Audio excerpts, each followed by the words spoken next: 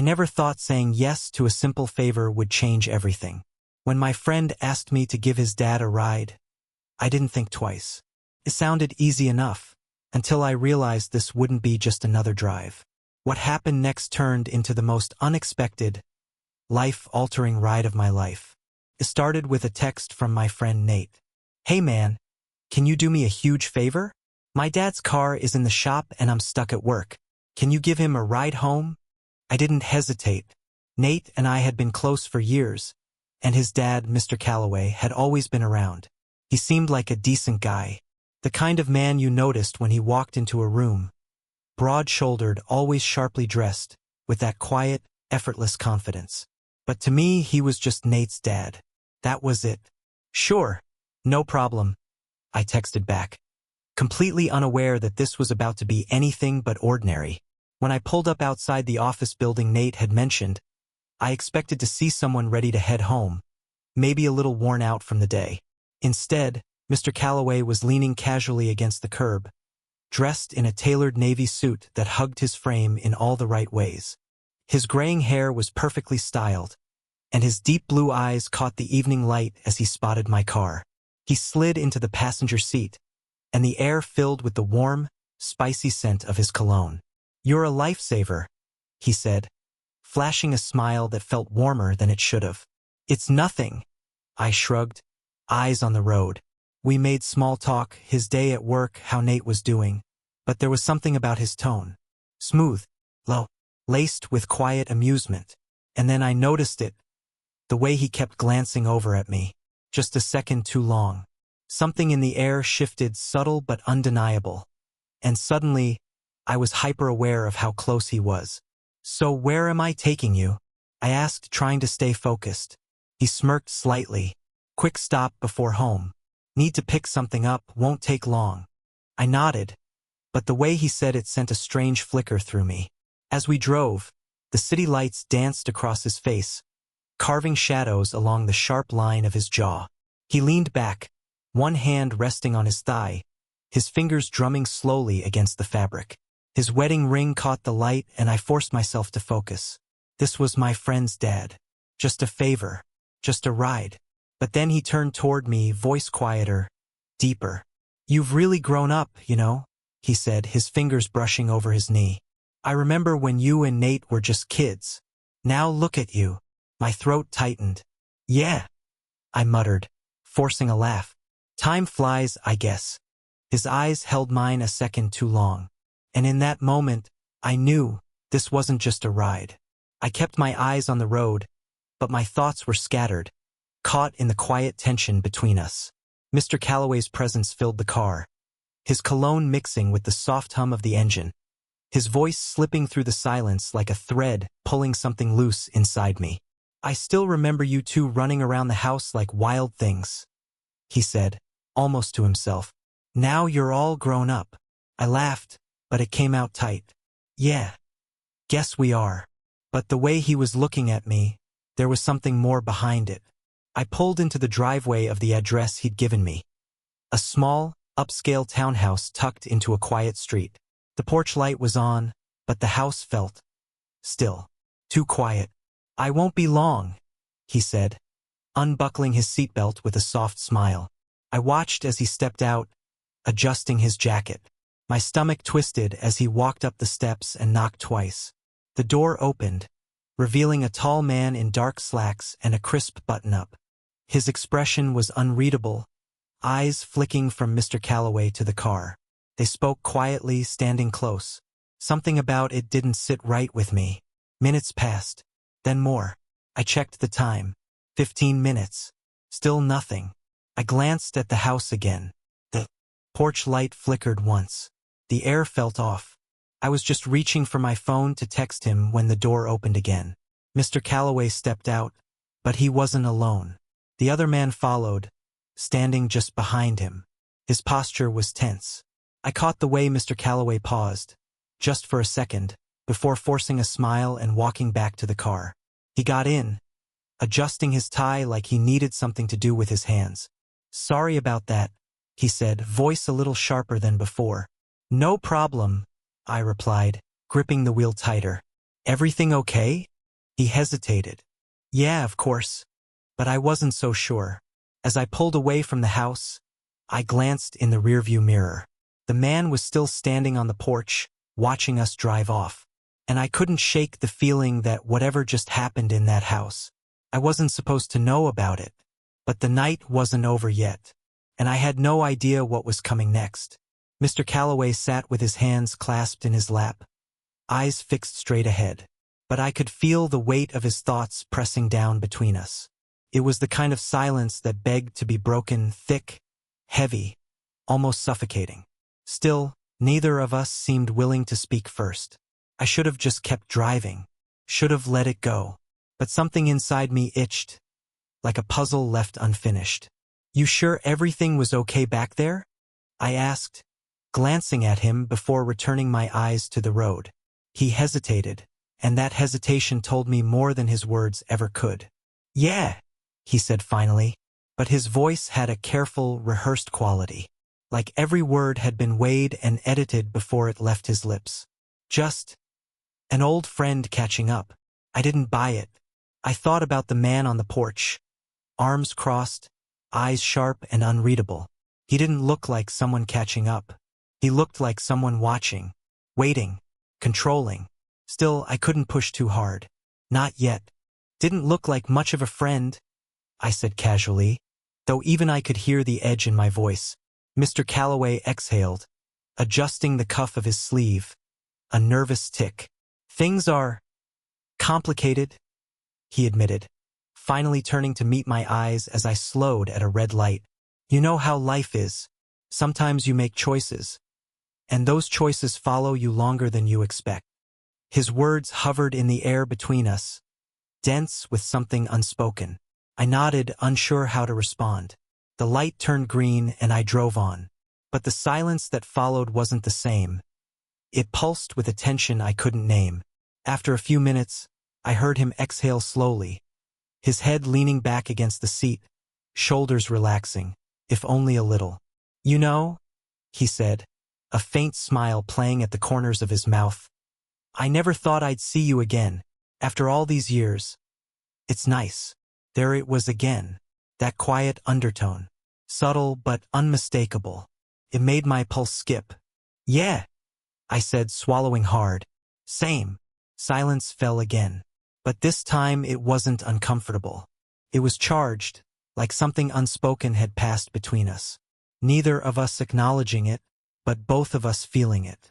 I kept my eyes on the road, trying to ignore the rhythm of my heartbeat, trying to remind myself that he was Nate's dad, trying to convince myself I was imagining things. But then he reached over, soft, deliberate, just a light touch on my arm. His fingertips brushed the fabric of my sleeve, just long enough to be clear it wasn't an accident. I froze. My grip on the wheel tightened. He pulled his hand back slowly, his smile faint, barely there, just a flicker that made my chest clench. Relax, he said quietly. You're too tense. I exhaled, forcing a laugh. Yeah, well, it's been a weird night. Mr. Calloway chuckled, and for a moment, the tension eased. But the night wasn't done with us yet. A pair of headlights appeared in my rearview mirror, bright and sharp against the darkness. I blinked. The car behind us, I didn't recognize it, but it wasn't backing off. I changed lanes. So did they. A slow, crawling unease settled in my chest. Mr. Calloway noticed. What's wrong? I hesitated, jaw tight. I think we're being followed. His face changed instantly, subtle but there. A flicker of fear, of knowing. He turned in his seat, looking back. His lips pressed into a tight line. Drive faster, he said, voice low. I did. So did the car behind us. My pulse roared in my ears as I took a hard right onto a narrower street, weaving through side roads, trying to shake them. But the car stayed close. Too close. Mr. Calloway's hands clenched into fists in his lap. Take the next left, he said sharply. Urgent now. I followed his lead, cutting through back streets, the tires skimming the curb. The car was still behind us. And then suddenly they were gone. I didn't slow down. Not right away. My knuckles were white on the wheel. My breath came in short, shallow pulls. Mr. Calloway exhaled, eyes closed for a moment. Then he turned to me. "Take me somewhere safe," he said. And for the first time all night, his voice was completely unguarded. I didn't ask any more questions. Not yet, because whatever this was, it wasn't over. We drove in silence. My eyes kept flicking to the mirror, scanning the dark for headlights. The city lights blurred past, neon signs casting flickering reflections on the wet pavement. The only sound was the soft hum of the engine and the faint rush of tires against the road. Mr. Calloway sat still, his breathing slow but controlled. His fingers traced along the leather seat, grounding himself, maybe, or trying to keep whatever storm he was holding inside from breaking loose. I should have asked questions. I should have demanded answers. But the way he'd said it, "Take me somewhere safe," left no room for that. There was desperation in his voice. Quiet, restrained, but real. This wasn't random. That car wasn't a coincidence. He knew what was happening, and he knew who was behind it. We reached a quieter part of town. The bright lights faded into the dull glow of street lamps lining a tired residential district. I pulled into a rundown motel, one of those places where no one asked questions, where people came to disappear, where secrets clung to the walls like peeling wallpaper. Mr. Calloway didn't move right away.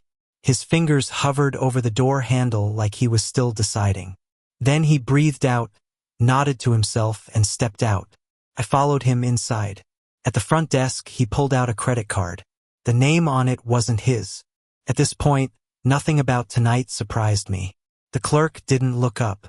He just slid a key across the counter, eyes glued to a tiny TV showing reruns of an old crime drama. Room 204. We climbed a narrow staircase. The carpet was worn, the air thick with the smell of cigarettes and cheap disinfectant. Mr. Calloway said nothing as he unlocked the room and stepped inside. Like he'd done this before. Like he knew exactly how to move through moments like this. And that thought sent a fresh chill down my spine. The room was small.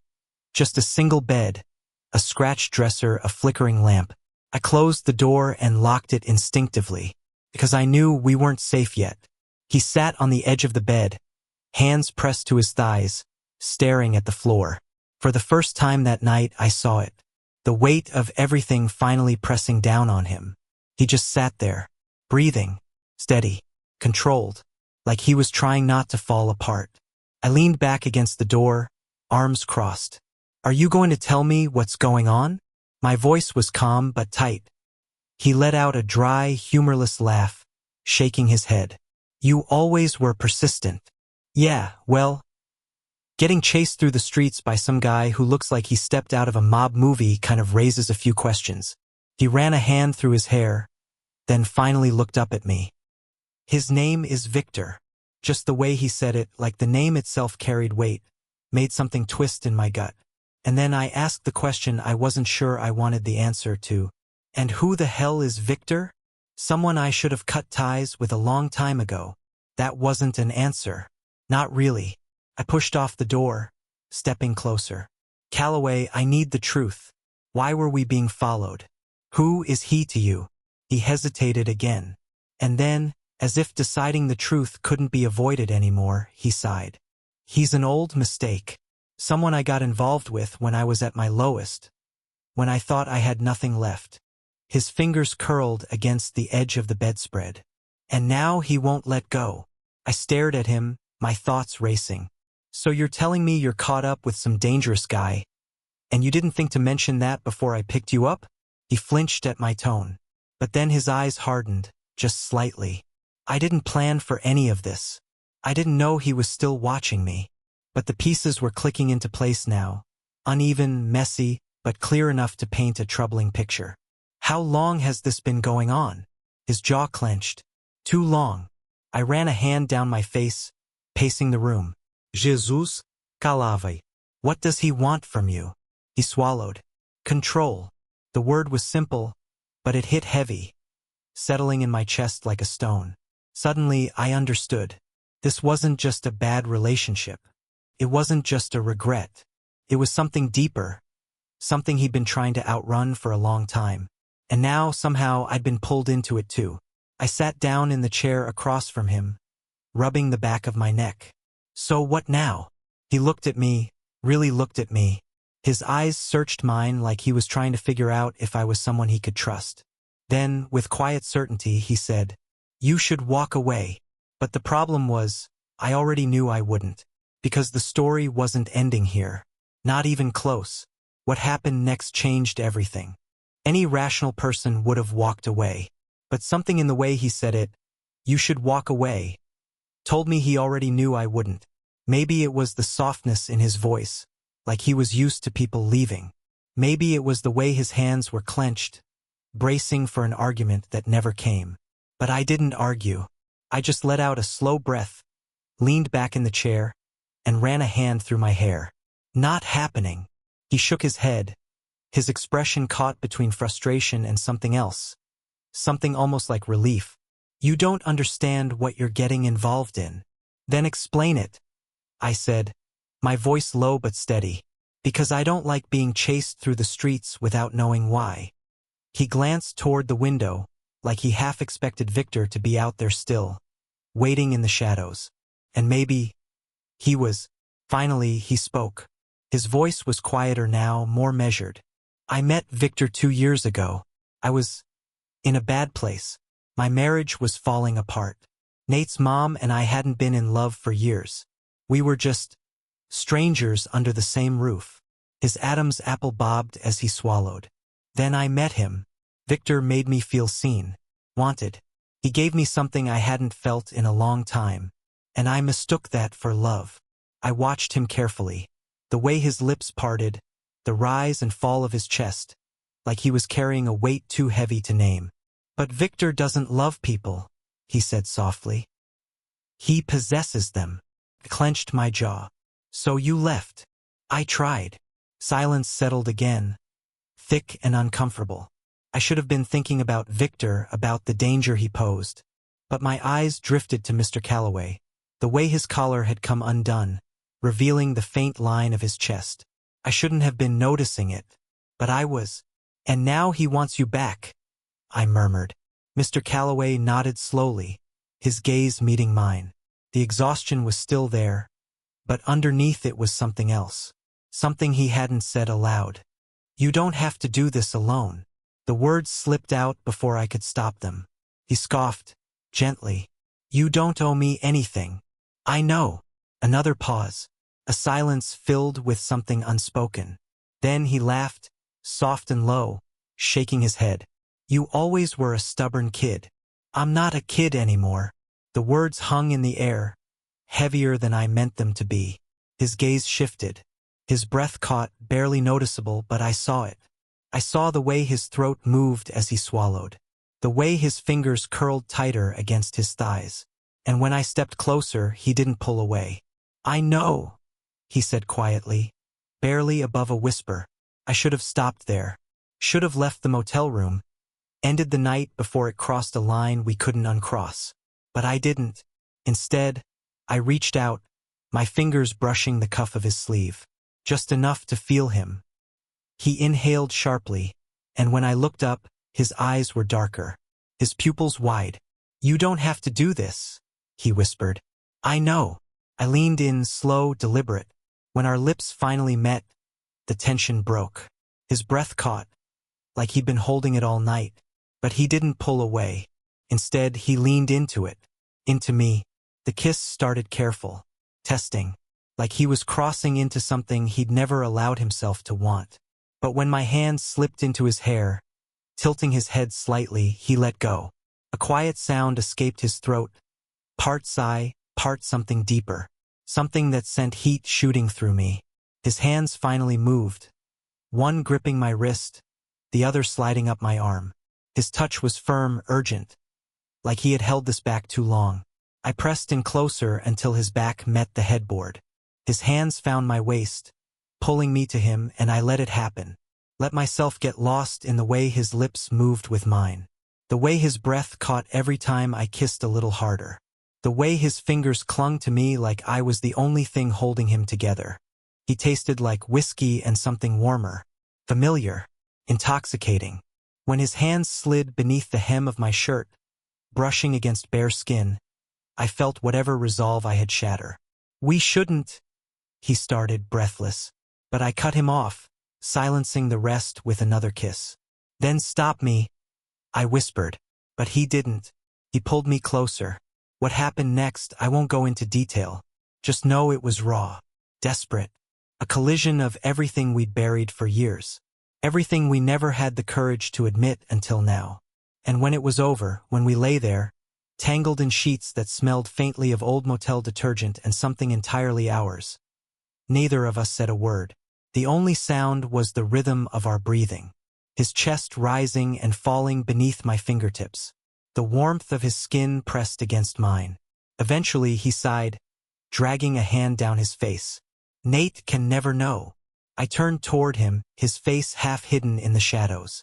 "I know." Another long pause. Then softer. "I don't regret it." I let out a breath I hadn't realized I'd been holding. "Neither do I." But that didn't mean it wouldn't get complicated. Because no matter how much I wanted to believe this was just one night, I already knew better. This wasn't the end. It was the beginning. The room still smelled like us. Like skin. Like heat. Like something we couldn't take back. His cologne still lingered in the sheets. Faint, warm, like a whisper of what had just happened.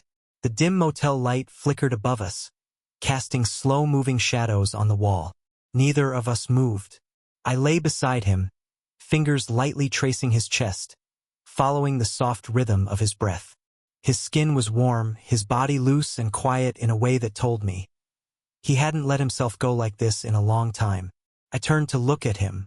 The tension that had gripped his face all night had finally faded, if only for now. His dark hair was tousled, his lips slightly parted from the weight of all we hadn't said. His arm rested over his stomach, fingers twitching occasionally, like he hadn't fully come back down to earth. I smirked faintly, drawing slow patterns across his torso, letting my hand linger near the edge of the sheet that barely covered him. "So, is this the part where you tell me it was a mistake?" I murmured. He turned his head toward me, his eyes locking onto mine. There was something in his gaze now, darker, steadier, less afraid. "Do I look like I regret it?" His voice was rough, quiet, still thick with the heat of everything that had passed between us. I didn't answer. I just leaned in, pressing a soft kiss to his collarbone, tasting salt, skin, silence. His fingers slid into my hair, guiding me closer, his breath catching when my lips trailed down, slowly, reverently. "You're insatiable," he muttered, amused. "You bring it out in me." The tension returned, slowly, like a tide, pulling us into each other once more. His breath hitched as I moved, and his hand curled against the sheets, grounding himself, letting go again. I'd never seen him like this before, so open, so unguarded. It was raw, beautiful, human. When I moved back up, he reached for me, hands finding my shoulders, his mouth meeting mine with quiet urgency. Every motion was deliberate, controlled, like he needed to feel everything, like he couldn't let himself forget this. "One more time," I whispered against his lips. He growled softly, flipping me beneath him in one fluid motion, pinning me there, eyes locked with mine. "You sure you can handle it?" he murmured near my ear, his breath warm. I arched toward him. "Try me." And he did. Hours passed. We never looked at the clock. Time didn't matter. Not here. Not now. Victor didn't exist. Nate didn't exist. Only the low hum of the motel heater, the flickering light, and the warmth of two people who had crossed a line they couldn't uncross. By the time we settled, the sky outside had begun to shift, soft blue filtering through the thin curtains, the first fragile light of morning touching his face. We lay tangled together, his arm resting across my waist, his breath slow and steady against my neck. "We should probably get some sleep," he murmured, but neither of us closed our eyes. "Yeah," I replied, my fingers idly tracing along the ridge of his spine. Silence fell again, not awkward this time, but thick with something quieter, something real. "What happens now?" I asked, He let out a long breath, leaned in, and kissed my temple. We figure it out. I wanted to believe him, but I knew, as soon as we stepped outside this room, reality would slam into us. Still, I didn't care. Not yet, because whatever came next, I wasn't letting him go. The room still smelled like us, skin, sweat, and the fading trace of his cologne. The sheets were tangled, the air heavy with everything we weren't ready to say out loud. He sat up, his silhouette outlined in the soft glow of the lamp, running a hand through his hair. I watched his profile, memorizing the lines of his face, the faint bruises from my kisses down his neck. He looked undone, and in that, there was something strangely sacred. He reached for me again, fingers brushing mine, his pulse steady, but his gaze uncertain. "Again?" he asked, voice hoarse but amused. I smirked, crawling into his lap and brushing my lips along his throat. "Unless you've had enough." He didn't answer with words. His hands tangled in my shirt, pulling me into another slow, desperate kiss. This one deeper, searching. He tasted like whiskey, like something reckless, something I should have walked away from but didn't want to. "I should stop," he murmured, though his hands said otherwise. "Then stop," I challenged. He didn't. Instead, he pulled me down with him and we got lost in it again just like before. A storm that neither of us knew how to walk away from. By the time we collapsed for the second time, breathless and wordless, the sky had shifted fully into dawn. The golden light bathed the room in warmth, brushing over the sharp lines of his face. He turned to me, his expression unreadable. "This is dangerous," he said softly. "I know. I don't know how to stop." "Then don't." He exhaled slowly, his hand drifting down my arm, brushing the dip of my waist. His touch was softer now, like he was memorizing me. "Nate can never know," he whispered. I swallowed hard, the truth settling like a weight in my chest. "Then what do we do?" A long silence. He turned on his side, his hands still on me. "We keep this between us. For now. And if I don't want to keep it a secret?" His jaw tightened, but he didn't look away. "Then we figure that out. When the time comes." I could feel it, the weight of everything closing in. Victor, Nate, the fire we had started and didn't know how to contain.